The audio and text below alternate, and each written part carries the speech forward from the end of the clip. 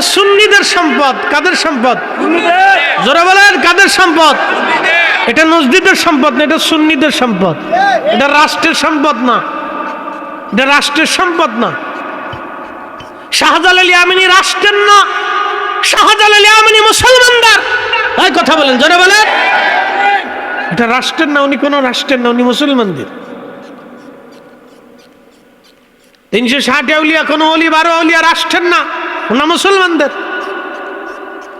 ওনার মাজারের হিসাব যদি চাইতে হয় তাহলে বাংলাদেশের প্রত্যেক সেকশনের হিসাব দিতে হবে, রাষ্ট্রের হিসাব দিতে হবে, ডিসির হিসাব দিতে হবে, এসপির হিসাব দিতে হবে, প্রত্যেক রাষ্ট্রের সরকারি কর্মচারী কর্মকর্তার হিসাব দিতে হবে, প্রত্যেক মসজিদে দাঁড়ায় দাঁড়ায় হিসাব দিতে হবে, চেয়ারম্যান মেম্বার থেকে শুরু করে একবারে প্রধানমন্ত্রী পর্যন্ত হিসাব দিতে হবে। কথা বলেন ঠিক না বেটে?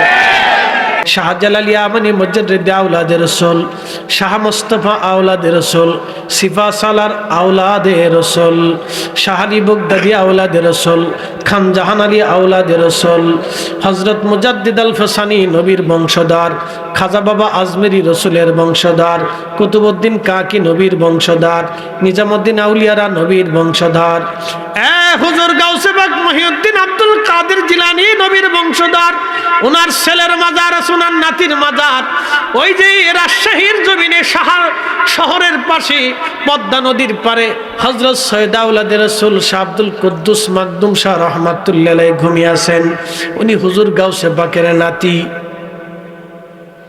মালয়েশিয়ার মালাক্কা সাগরের ভিতরে আমি মাজার জিয়ারত করে আসছি। সৈয়দ হযরতে ইসমাইল বাগদাদি আল হাসানি ওয়াল হুসাইনি হুজুর গাউসে পাকের আওলাদ, আওলাদে রাসূল। সিঙ্গাপুরে একজন আওলাদে রাসূলের মাজার আছে, থাইল্যান্ডে আওলাদে রাসূলের মাজার আছে, চীনে আওলাদে রাসূলের মাজার আছে, তুরস্কে আওলাদে রাসূলের মাজার আছে, পাকিস্তানে আওলাদে রাসূলের মাজার আছে, ভারতে বহু জায়গায় আওলাদে রাসূলের মাজার আছে। আমি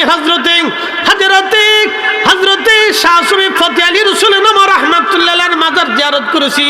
কলকাতার মানিকতলার পাশে হুজুর গাউসে পাকের নাতির একজন মাজার আছে, আওলাদে রাসূল একজন ঘুমিয়ে আছে।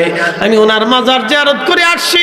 পৃথিবীর এমন কোন দেশ নেই যেই দেশে আওলাদে রাসূলের মাজার না আছে। একসাথে বলবেন আল্লাহু আকবার।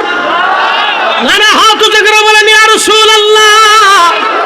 তার মানে ইমাম হুসাইন, ইমাম জয়নুল আবেদিনকে রেখে গেছে এই উম্মতের দ্বীনের খেদমতের জন্য। কথা বলেন ঠিক না বেঠে? আজকে ওনাদের মাজার পাইয়া তোমরা দানের বাক্সে তালা মারতে চাও। দানের বাক্স তোমাদের জন্য দেয় না, দানের বাক্সই টাকা দেয় শাহজালাল ইয়ামানি মুজাদ্দিদের কারণে। ওই টাকা সুন্নিদের সম্পদ, ওটা নজদিদের সম্পদ না। জোরে বলেন, এই আসতে বলবেন কেউ, জোরে বলেন। একবারে মেম্বার থেকে শুরু করে প্রধানমন্ত্রী পর্যন্ত হিসাব দিতে হবে, তার হিসাব বুঝিয়ে দিতে হবে প্রত্যেক মাসে মাসে যে আমরা রাষ্ট্রের জন্য এই কাজ করছি। একবারে সুন্দর করে প্লাকার্ডে লিখে বাইতুল মুকাররম মসজিদের সামনে দ্বারা হিসাব বুঝিয়ে দিতে হবে।